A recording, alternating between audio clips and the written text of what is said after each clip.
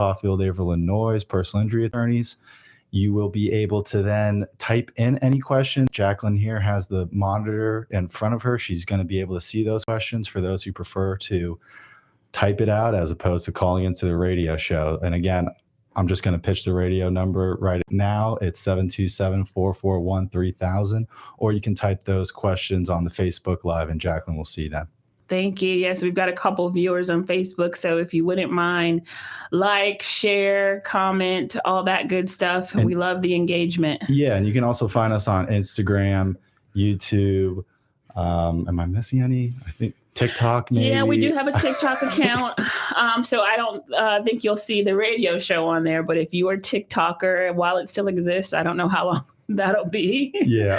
But while TikTok is still in the on American soil, you can follow us on TikTok. I believe our TikTok account handle is PCAN. PCAN, personal injury attorneys. Something like that. Something like that. And you'll see Daniel on there. He's got a few TikTok videos. We got some tips out there, some legal tips, me and Jacqueline. So for those who are interested, go check those out. Definitely follow us on TikTok. So with that being said, we're going to be chatting about a couple, legal issues tonight, and the main one being the new law that has recently changed in regards to how personal injury cases or negligence cases in general are handled in the state of Florida. Like we mentioned, we do personal injury law, so that kind of encompasses car accidents, slip and falls, work comp, a lot of various other things that could be wrongful death, medical negligence. And so there's been a very big bill that has recently been pushed rather quickly through the House and the Senate and was officially signed by the governor on Friday. And there's a lot of meat in that bill. It is really going to be difficult to touch on everything, but I do think it's a good idea to kind of highlight some of the key points. It's the largest tort reform is what they're calling it. Yeah. Tort reform. It's the largest tort reform ever in the state of Florida. So Exactly. it's very important that the civilians in Florida know Understand exactly what's in it. Yeah. Yeah. And so, and just so you know, tort, I never heard of a tort until I went to law school. It's essentially negligence cases. So that's basically like a broader umbrella of negligence. And so from out of that, there's been a ton of changes to the law. I'm going to touch on a couple tonight with Daniel, but feel free to call in if you have any questions about the things we're discussing. We'd love to hear from you. Or if you just want to have a comment, you think it's good changes, bad changes, however you feel about it, feel free to give us a call if you have questions about the law as it stands, because it is currently effective. It is effective as of Friday when it was signed. So anything after that date is going to be changed by the law. So the first thing I want to jump into is how the comparative negligence or contributory negligence standard has changed. Those are really big, confusing words for some people. So if you want us to explain it, feel free to give us a call at 727-441-3000. But essentially what that means is before the law changed, right, we could kind of apportion the fault between the plaintiff and the defendant, meaning the person that got hurt versus the person that caused the accident. And juries could really decide who they felt was at fault and give it assign it a percentage, right? Mm-hmm. So how did that really play out? Like, what does that mean? Could you explain that, Daniel? Sure. So before the law recently changed, we were known as what's called pure comparative negligence, right? And pure comparative negligence means that the plaintiff, the person who's bringing the lawsuit against a negligent party, can be apportioned any percentage of fault. It doesn't matter as long as there's a percentage of fault apportioned on the defendant. So a jury can come back and say, okay, plaintiff, you're 75% at fault. Defendant, you're 25% at fault. So what that then means is that the damages are reduced proportionately according to who is at fault and the percentages there. So with the change in the law recently, we have shifted to what's called modified comparative negligence.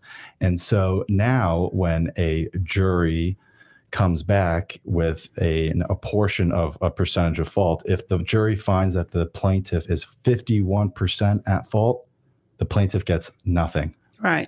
And so just to clarify what that actually means. So in case you didn't understand before, the old standard prior to Friday, even if you were found the majority at fault, let's say you were 30% at fault, the defendant was 70. If a jury gave you a verdict of $100,000 and you were 70% at fault, you would still be entitled to $30,000 because the defendant was found to be 30% at fault, right?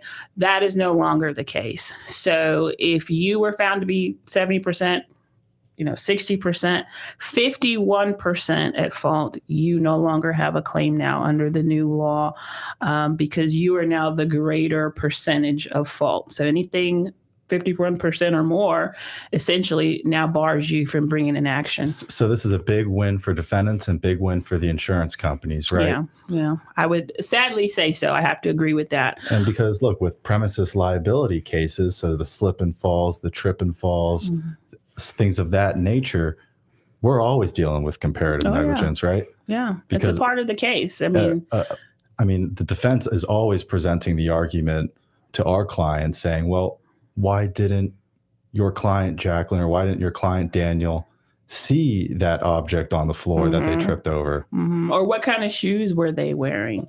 They were wearing slippery flip-flops that didn't have any grip on the bottom. And so if it weren't for those slippery shoes, they likely wouldn't have fallen. And so comparative fault has always been a part of the equation. Now it could unfortunately mean no case, depending on how much comparative fault is on the person who fell. And so we, as injury lawyers, are going to have to evaluate our cases a little differently. It doesn't mean that you don't have a case. I still encourage you, if you end up being injured by someone due to no fault of your own, and you feel that you're not really sure if you're at fault or if the other person has more fault than you still should call an injury lawyer like ourselves, because it does not mean that we can't take the facts and find the evidence we need to prove that you are not the greater, entity that's at fault, or you're not 51% or more at fault. But it is going to be more challenging, right? We're going to be looking at these cases with a lot more scrutiny, right? Yes. Yeah. So it's just going to be interesting now to see how the insurance companies react. And if there's going to be, because right, in every personal injury case, we try and negotiate the case what we call pre-suit and see if there's going to be an offer. To go to court, yeah. Exactly. So now it might make the insurance companies a little bit more bold. Oh yeah. And they'll tell their defense counsel and say, let's go. Let's see. Absolutely. Let's go to court. So, I think we're going to see a lot more denials of the claims where there could have been a reasonable and fair resolution of the case before having to file a lawsuit and going to court and having all those expenses and legal fees.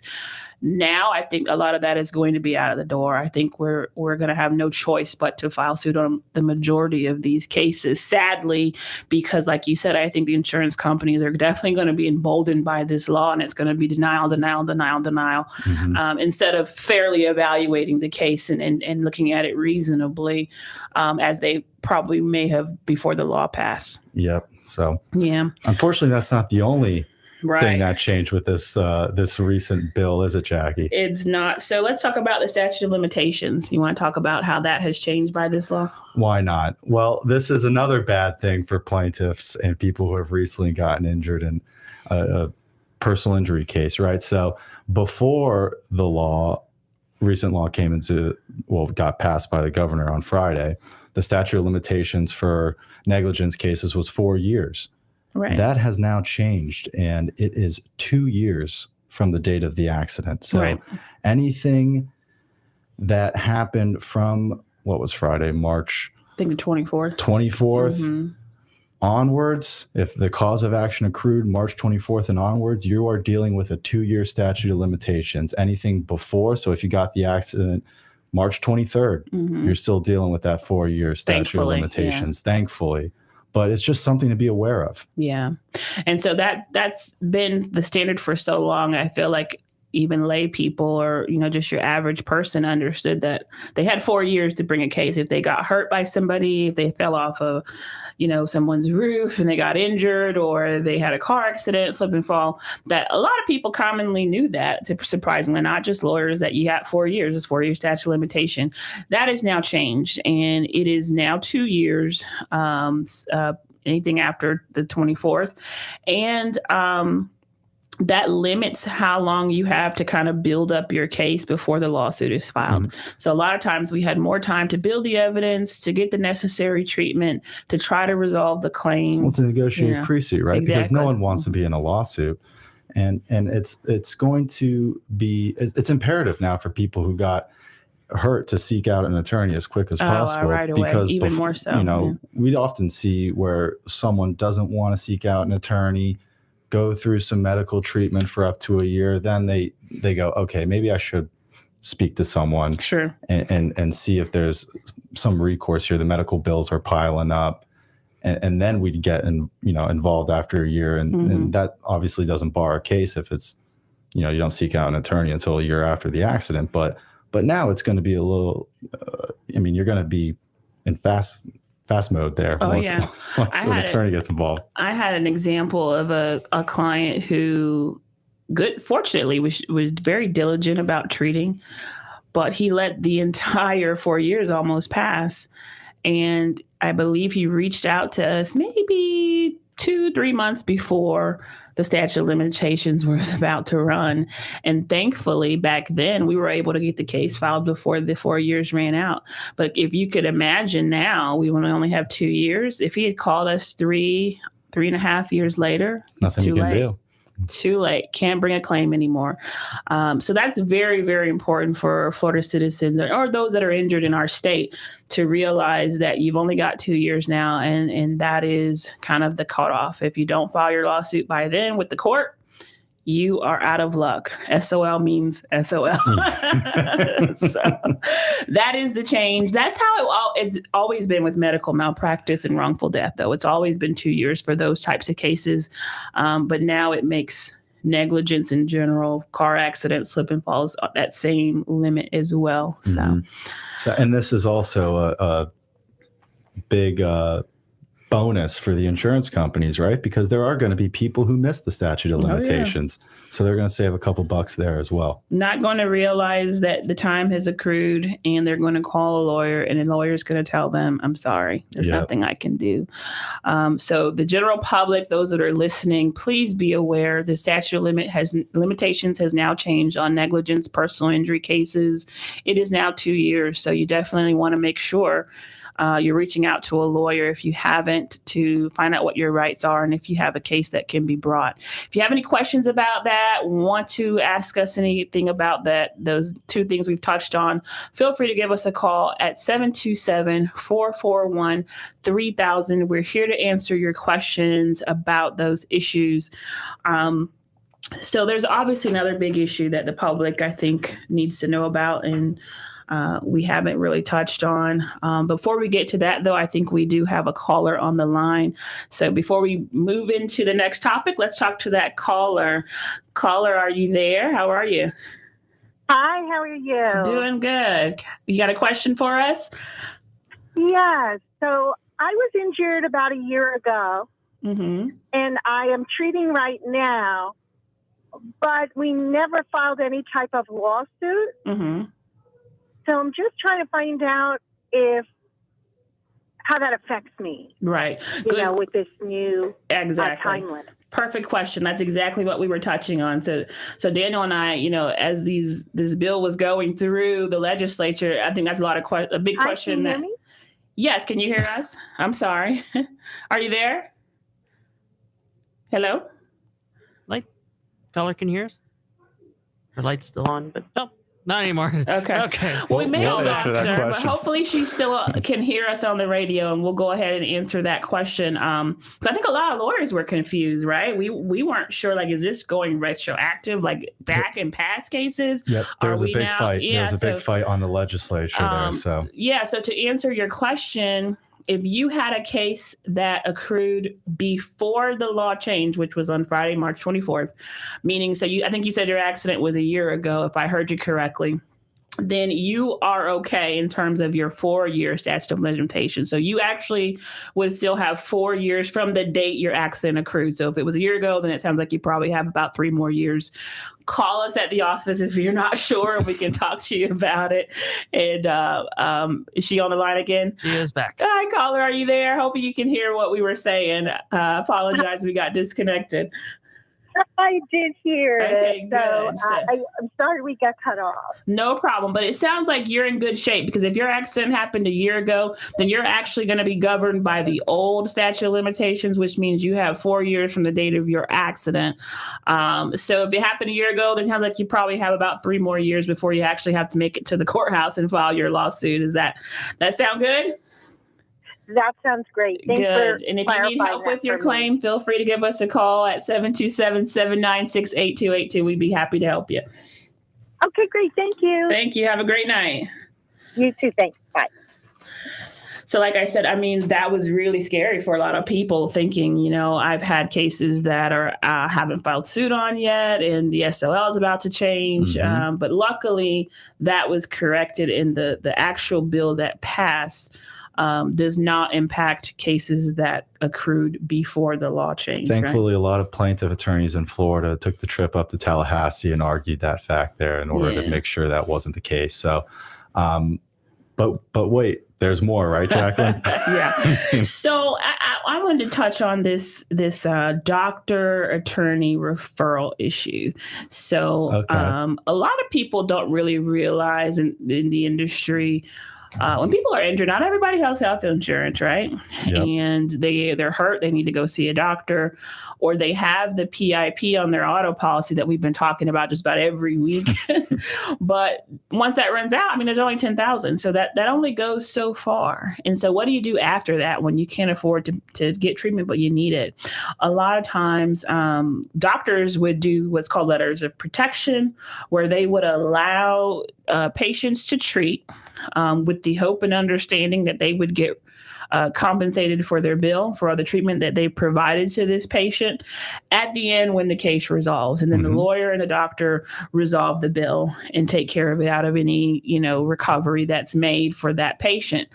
And typically, there was no discussion of this in trial. So it's attorney-client privilege, whether your lawyer sent you to that doctor, and the existence of these LOPs and things weren't really coming into evidence. Right, Well, because it makes it look like to the jury they think we're in cahoots. Right. The plaintiff attorneys, the doctors and the lawyers, right? Yeah, so that's why it was always inadmissible in evidence. However, that has now changed. That has changed. So I just want to read a little excerpt for our listeners, excerpt from the bill that has recently passed and is now law, to let you know what it now says. So the claimant, if the claimant was referred for treatment under a letter of protection, and if so, the identity of the person who made the referral, if the referral is made by the claimant's attorney, disclosure of the referral is permitted, and evidence of the referral is admissible. Moreover, in such situations, the financial relationship between the law firm and a medical provider, including the number of referrals, frequency, and financial benefit obtained, is relevant to the issue of bias of a testifying medical provider. So basically, what this does is opens the door for insurance companies to somehow suggest that because this patient needed care and required treatment, if the lawyer's the one that sent them there, now they can try to suggest that this was some sort of biased relationship, a referral of business between the lawyer and the doctor. And what I think that's going to do is have a chilling effect on doctors actually agreeing to treat people anymore who don't have insurance. I 100% agree. And effectively what this does is it drives down the value of cases, right? Because the new law that is in effect essentially changes how a defense counsel or an insurance company is going to value a case because they're going to look at what Medicare or Medicaid would pay or what health insurance would pay as opposed to what the LOP or what the doctor that's treating the LOP says the bills are and what the reasonable expenses are. So. Yeah, and it's going to be challenging if you assume, I don't know the stats, but most people, have insurance or they have health insurance, but sometimes the doctors don't accept it or they're not under their plan or they don't provide the type of care treatment that the client wants to try for this injury. Like for a long time, laser, type therapies and surgeries weren't, covered by insurance.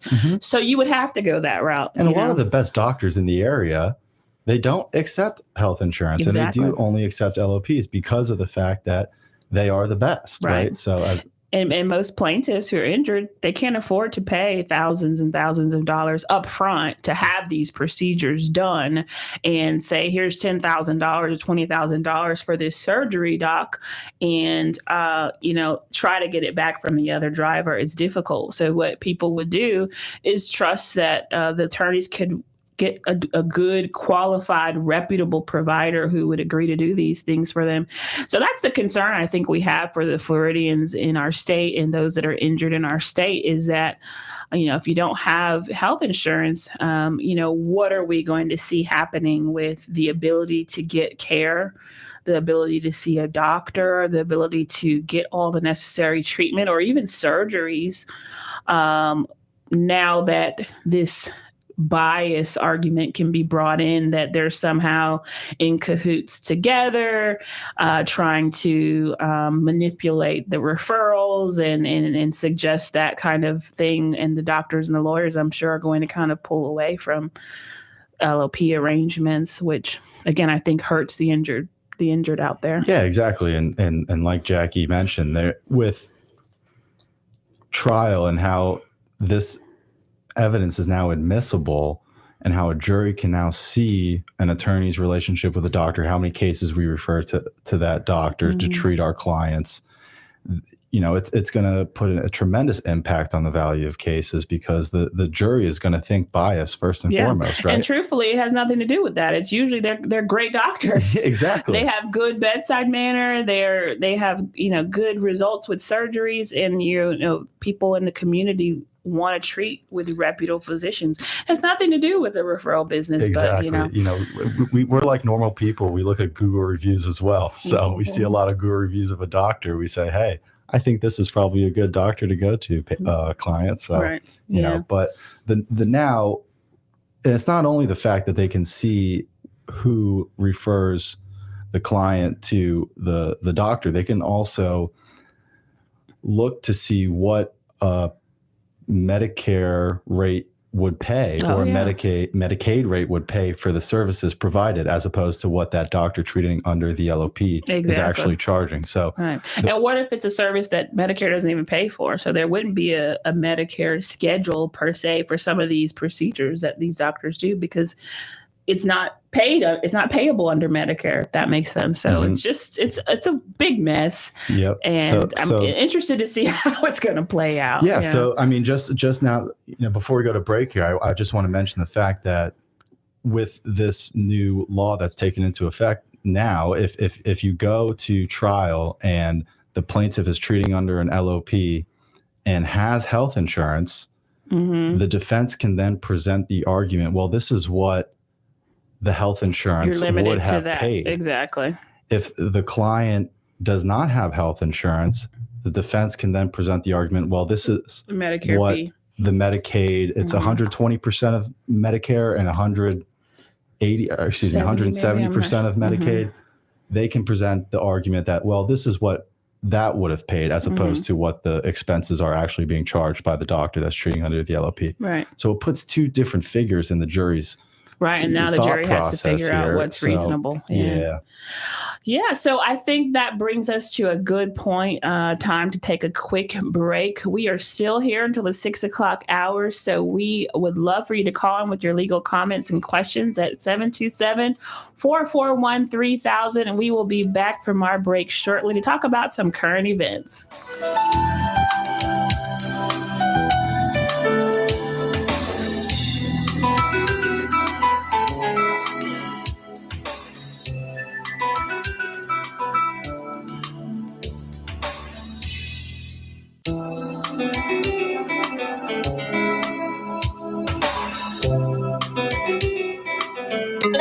This is the TAN Talk Radio Network. In 1955, the law firm now known as Pernick, Caulfield, Averill, and Noyes made a decision. Instead of taking whatever cases came through their doors, they decided to focus specifically on personal injury. 64 years later, the law firm is one of Clearwater's longest-running personal injury firms. Available 24 hours a day with offices in Clearwater and throughout Tampa Bay, they're ready to put decades of experience to work for you if you or a loved one has been injured in a car accident or injured due to someone's negligence or recklessness. If you feel overwhelmed, uncertain, or unsure about your next steps after being involved in an accident or after a loved one sustained serious injuries due to someone else's negligence, call Pernick, Caulfield, Averill, and Noyes at 727-796-8282 or online at usalaw.com. That's 727-796-8282 or online at usalaw.com. Non-attorney spokesman. Capture the magic of aviation at this year's Sun and Fun Aerospace Expo. Be dazzled by daily and nightly air shows, live entertainment, over 500 exhibits, and more for the whole family. Bring kids under 10 for free and take fun to new heights all week long. Don't miss out. Get tickets and a guaranteed parking pass at flysnf.org. March 28th through April 2nd. Hello there, Tampa Bay. This is former NFL and college football coach Jimmy Johnson. Listen to the Kelly Show every Monday starting at 5 p.m. They can sure use the attention. And this is former Major League Baseball player, Hall of Famer Wade Boggs. I also hope you listen to the Kelly Show every Monday starting at 5 p.m. They can darn sure use the money. Hi there. This is marine wildlife artist and conservationist Dr. Guy Harvey. Please listen to the Kelly Show every Monday starting at 5 p.m. They need to feel worthy. This is the TAN Talk Radio Network. And we are back. This is FLA Law. Once again, we are back from the break live on the air at WTAN Studios. I'm going to give you the call-in number and again to call us if you have any legal questions or comments about the things we've been discussing this hour. The number is 727-441-3000. We have spoken quite a bit about the new law that's just come into place in regards to negligence and personal injury cases, but we're going to shift gears here a little bit and talk about some current news, current events that are going on in the legal community. So, Daniel, is there anything interesting that you've been hearing about as far as legal news, legal events? Well, I think everyone here is pretty interested in the Gwyneth Paltrow trial that's going on right now. Yeah, that's interesting. And it's just like any, it's like the most interesting trial, well, other than the Murdaugh trial that just happened. But, the Johnny Depp, Amber Heard, all these celebrity trials, they're just hilarious. It tends to capture people. It captures people's attentions, right? So that's what's going on right now. The Gwyneth Paltrow, it's a civil case. It's a negligence case, so that's why we're interested in it.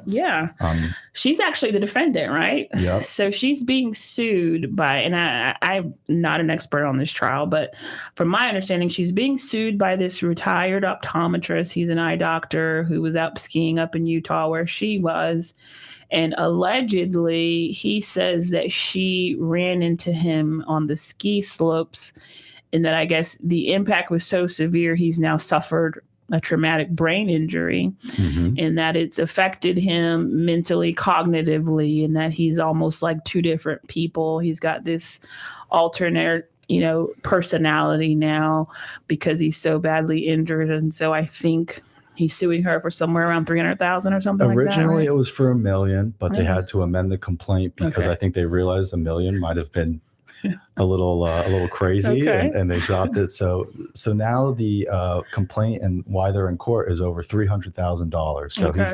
he's asking $300,000 from her, and she's denying all allegations and all claims, and Right. instead actually filed a counterclaim against him. Right. Because I think, and again, I'm just getting bits and pieces of the trial, but I think what she said, right, was like, he actually ran into her, is what she's saying. Yep, it's a he said, she said. Who ran into who? So, Right.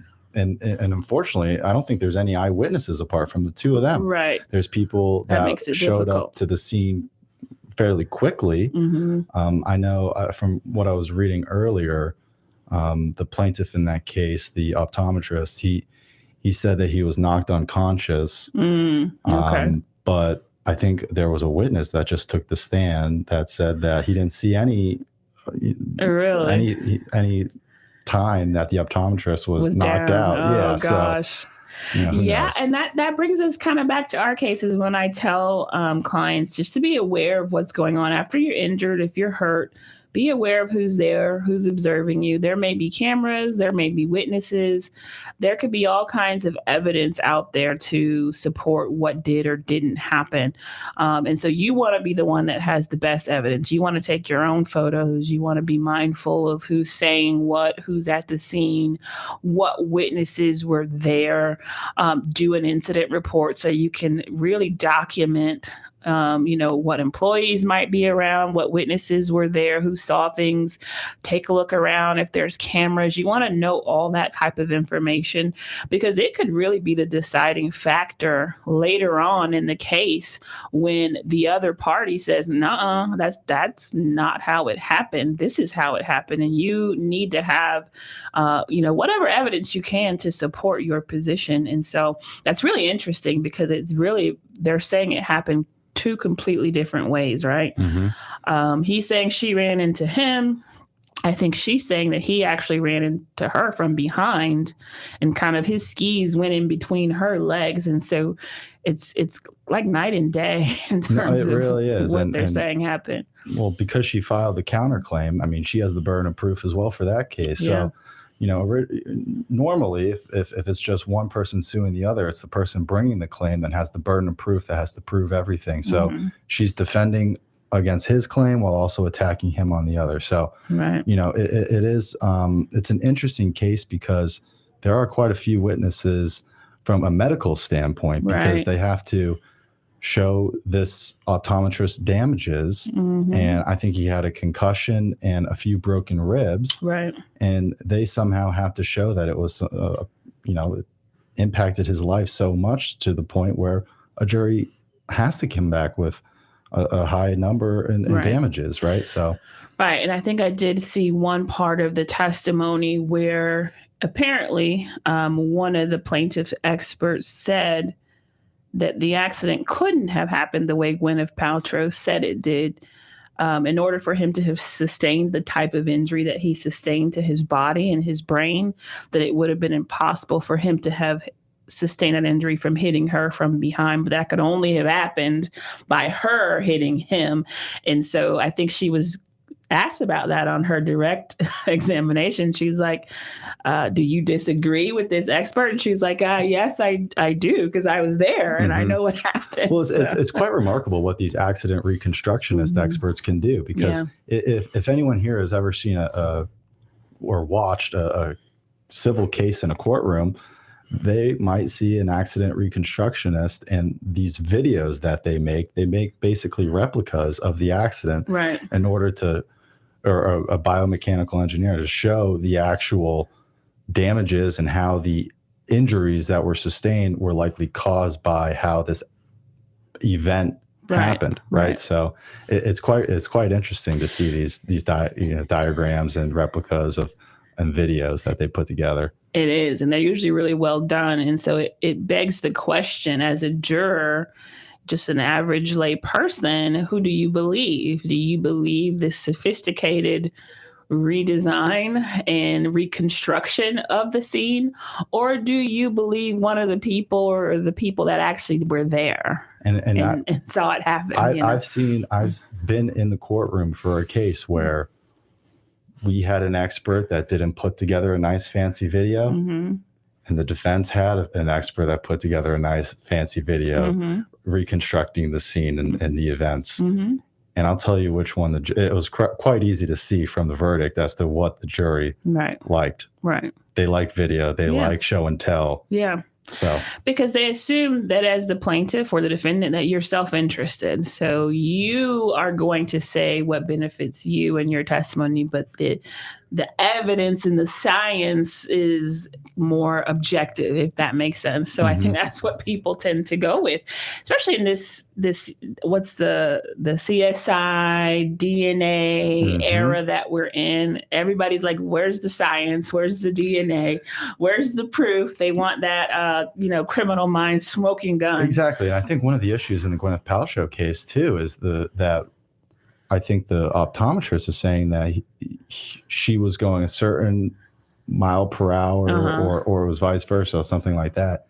And these experts are analyzing that information again to the injuries that were sustained to see if the witness is, being truthful and if they're, credible. Right. Exactly. And that's exactly what it'll come down to. So who do you believe? Who do you feel is credible? And you just never know what juries are going to do when they're in the deliberation room, especially when the plaintiff is a superstar. And I think that played in Johnny Depp's favor. It is not a personal injury case that he had, but I think he was well liked and likable. And I think he presented well during his... He was extremely likable. Yeah, during his direct. Opinion. And so I think that worked in his favor, to be quite honest with you. And so I don't know how that's going to play out for Gwen, though. And it's, I know this case is in Utah, so I'm not particularly sure how a Utah jury is going to react to these. And Utah law is a little bit different. Yeah. But I mean, from a plaintiff perspective, and we're plaintiff attorneys, right, Jackie? So we kind of understand how a jury thinks a little bit from our side. Right. And usually, it's not usually advantageous when you have a person that's suing for thousands and hundreds and thousands of dollars when the person's an optometrist, because the jury usually doesn't like someone that is, they perceive that person as someone who's already well off. Right. But it could be interesting in this case because it's and then Gwyneth Paltrow on the other side, because it's Gwyneth Paltrow. So, it may not have as big of an impact because it's like, look, well, he's a doctor, but she's a famous actress. So it kind of almost evens the playing field a little bit. If it were like David and Goliath, it might be a little bit more of a problem. I probably would try to motion and limine that out. What they did for a living. But everybody knows who Gwyneth Paltrow is, so that's impossible. And another thing that was going around the internet was the attorney that was examining Gwyneth Paltrow. Did you see that? I didn't see that. No, what was that? Well, it looked like she was complimenting her the entire time that she was asking questions. Bizarre, really bizarre cross or whatever. I don't know. I think it was her cross-examination, and she's asking some just weird line of questioning. Like, what does that have to do with anything? Asking her if she's a good tipper and it made no how sense tall to me. she is. And then she's like, oh, I wish I was that tall. I'm jealous. It's like, she was doing some sort of rope-a-dope and trying to throw her off guard. I don't know. But or make the jury like her. Maybe the defense lawyer's game was, I'm not going to sit here and try to make Gwyneth Paltrow be the evil person because they love her. So I'm going to try to see if I can ingratiate the jury into me, make them like me, make them think I'm a good person so that they don't feel like I'm beating up on her kind of thing. I don't know. I don't know what her style is. I've never seen an attorney do that before. So we'll see how it works out for the optometrist in his case here. So I don't know where they are in the case, but obviously when there's a verdict, we'll be back to tell our viewers what happened with that. If you have any comment about the Gwyneth Paltrow trial, or you want to discuss it or have any thoughts about it, feel free to give us a call at 727-441-3000. But that's kind of the hot topic in the legal field right now, right? Sure. So there is another case that's just really sad, and I wanted to talk about it before we close out. We've got about 15 more minutes here. So callers, feel free to call in. But I did want to talk about what's going on in our local legal community. Very, very sad case involving a local attorney in Pinellas County by the name of Steve Causey. And it appears, and obviously everything is alleged at this point, nothing's been proven, but it appears sadly that he was murdered by a plaintiff that he was defending a case with. And so, as I understand the facts, and obviously, Daniel, you can jump in, but it seems like a local plastic surgeon. A local plastic surgeon. I think the case was actually a contractual dispute. Something like that, maybe with his former employer. Yeah, so I think Steve Causey was on the other side of that case going against the plastic surgeon. I think the plastic surgeon had some sort of, it seemed like from what I've read up on the case, it was a premeditated murder. It seems that way. At least that's what he's been arrested for. And, it's just very sad for the legal community in the Clearwater bar, because I think Mr. Causey was a part of the Clearwater bar. I believe so. And I know he was involved also with the diversity, equity, inclusion section in the St. Petersburg bar. I believe he was the chair of that section. And so I know he's well loved, well liked in the legal community. He's got family, friends. And so we are very sympathetic and just heartbroken to hear that a lawyer in our community could really be targeted and life be taken for simply doing his job, doing what lawyers do. And, he was hired to do a job and to defend a lawsuit. And little did he know, unfortunately, that would be the cause for his life being taken so senselessly. Yeah, and thankfully the local police have already captured the plastic surgeon. He's behind bars.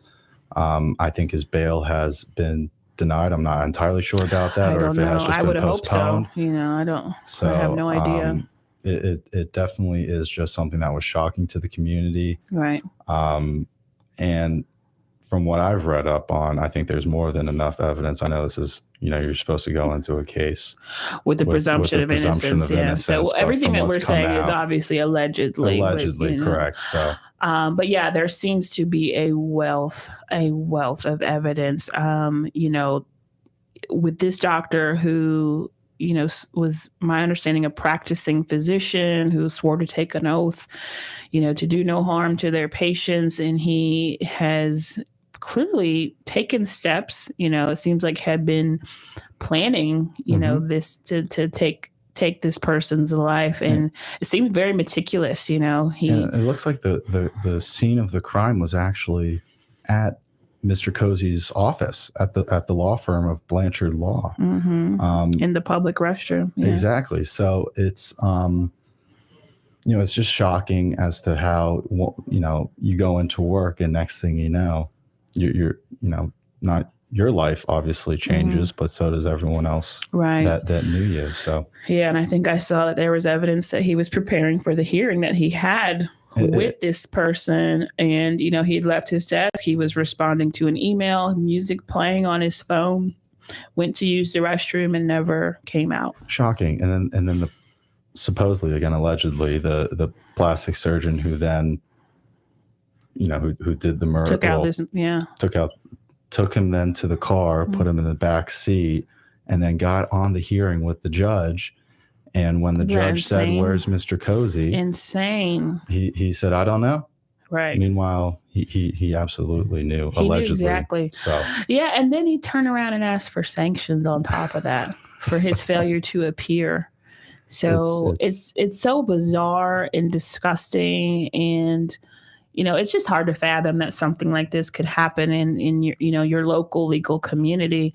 And it does shake news. You up. It's national news. Oh yeah. So because of the shock factor behind it, and now that kind of gets me thinking about negligent security a little bit more, because and wrongful death and parlay, if we can parlay that back into the legal field and how we think on negligence cases. And well, for one, I believe Mr. Causey was married, so yes, from a wrongful death yeah. standpoint, his spouse might be able to get something to bring a claim for wrongful death against the plastic surgeon for his wrongful acts or negligent acts. Actually, these would be intentional acts that the estate and the spouse could bring these claims for all those damages, for loss of, his, accumulation of wealth and mental anguish. And there's so many damages that you can claim under the Florida wrongful death statute. But it sounds like that is definitely something that he has a viable right to do so, because people don't always realize it doesn't have to be your death wasn't negligently caused. It can be for murder. Oh, yeah. And a lot of people don't also realize that it's separate from the criminal case. So what happens in the criminal case, as we've been saying, allegedly he's been arrested. We can't say that because he hasn't been found guilty, by a court of law. However, those standards are different. Wrongful death and, being found guilty beyond a reasonable doubt, two separate things. That's a criminal issue. Just like, for example, a lot of people don't necessarily realize that O.J. Simpson, for example, he was found not guilty, right? Everybody knows that. Mm-hmm. But a lot of people don't know he was actually found civilly liable for the deaths of his ex-wife and her friend that he allegedly murdered. Yeah. So he was not found guilty, mm-hmm. but he was found civilly liable. You see that quite often in criminal cases that regarding, if there's death, or you see it often as well with sexual abuse, sexual mm-hmm. harassment, those mm-hmm. types of cases, or rape or something like that. That's in the criminal side of things. But on the flip, there's always a civil case that comes up, and that's usually hushed and swept under the rug through settlement. Mm-hmm. That you don't really see what happens in the outcome of that case. Right. Yeah. So I know you wanted to touch on negligent security, and I think it's a good time to do that before we close out, because that is something that has changed significantly as well. It's another bad part of the new bill that was just passed on Friday. I don't think there's any good parts, right? There really isn't. I mean, they're just bad and worse, right? For plaintiffs in the state of Florida, it is I don't think it's outrageous for me to say it's the worst bill that has ever happened. Yeah.